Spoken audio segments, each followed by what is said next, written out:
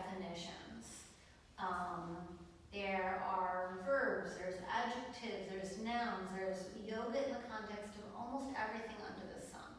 But for what we all just talked about here, and I think this is important for knowledge of yoga, but also in your ability to teach yoga, is in my mind, all of the ways that we've just framed it can be categorized under sort of three different categories.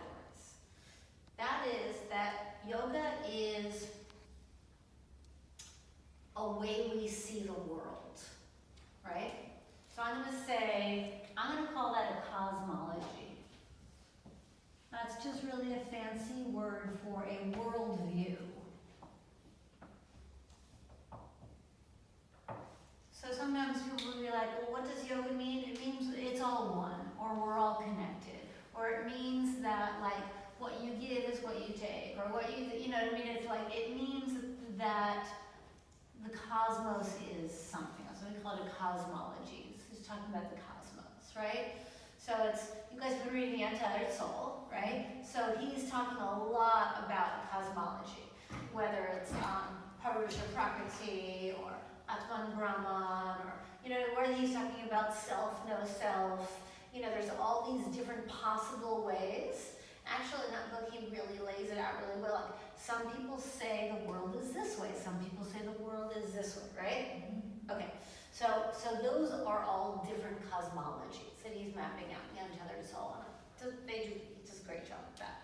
So the other thing that I'd say that yoga is a personal goal. Like, yoga is, somebody said, balance. Yoga is, what was it that you said? It was sort of like, when I take care of myself, then I have like equanimity, so I can go do something else or something like that, right? So yoga is the personal mind-body connection, and is basically, there's something that when you go, oh man, I gotta go do yoga, you're saying, oh man, I gotta go do yoga because there's something that you want to feel after you do it, right? Right, so that's your personal goal. So, as yoga is peace, yoga is love, yoga is my end result. But then yoga is also how you get there, right? Yoga is the thing that you do to get that goal also, right? So I would also say the method or the path. And one of the things that's super tricky about talking to people at the grocery store about yoga is most people that you talk to who don't know anything about yoga, they think that yoga is just a method. They think that yoga is the class in the room. But what you guys have learned through your training over the last several months is that yoga isn't just the thing that you do. Yoga is also the thing that you feel after you do it. And furthermore, once you have that feeling, all of a sudden you're tuned in to like, oh, wait a minute, and now that I have peace and love and equanimity in my own self, now I actually have an altered perception of the way everything is. And now I realize that like yoga is like, is unity, is harmony, is, we're all connected in some way. Is this making sense? Okay, great. So just to kind of wrap this out, when we say, hey, what is yoga? One of the things that will be great for you to know, as you, and I believe that you are all yoga teachers, you go to talk to somebody at the grocery store, oh, hey, yeah, there's something about yoga. You are teaching them yoga, right? When you talk to somebody, you're pumping gas, and you're like, oh, you look like you're on the way to a yoga class. Yeah, like, that's a teaching moment, right? It doesn't have to just be here in this room. You're always teaching yoga. You're going to go home to Thanksgiving. You're going to be sitting around the table, talking to people, and some people are very different from you, and you're going to be like, oh, hey, what, I just did this yoga training. What is that? Your invitation, your challenge as a yoga teacher is to not necessarily talk about yoga the way you are experiencing it, although that's important, but it's like, pause.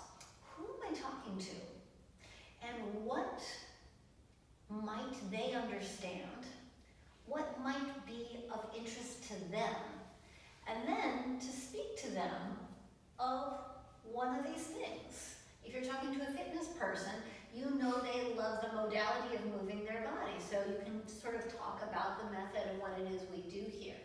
You know, you meet somebody who's totally stressed out in a business, like a corporate person, you might know that they just need like stress management. You're like, hey, you know, you're looking for a way to handle your stress? I have something for that. That's your goal? I think you know, you might try this.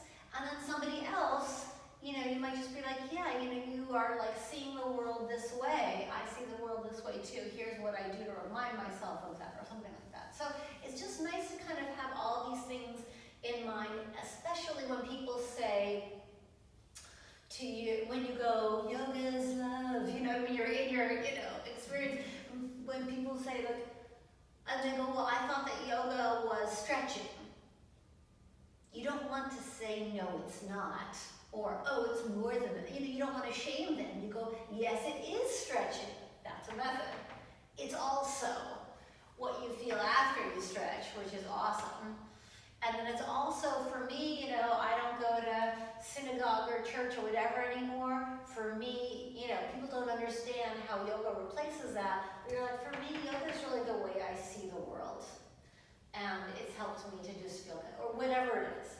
So when it's nice to know your vernacular, your tools when you're talking to people. It confused me for years. Wait a minute, is it the thing I'm doing, or is it the goal I'm trying to do, or is it the way I see the world? And yoga is all those things. And it is 497 other things as well, as we learned in the Monair Williams dictionary.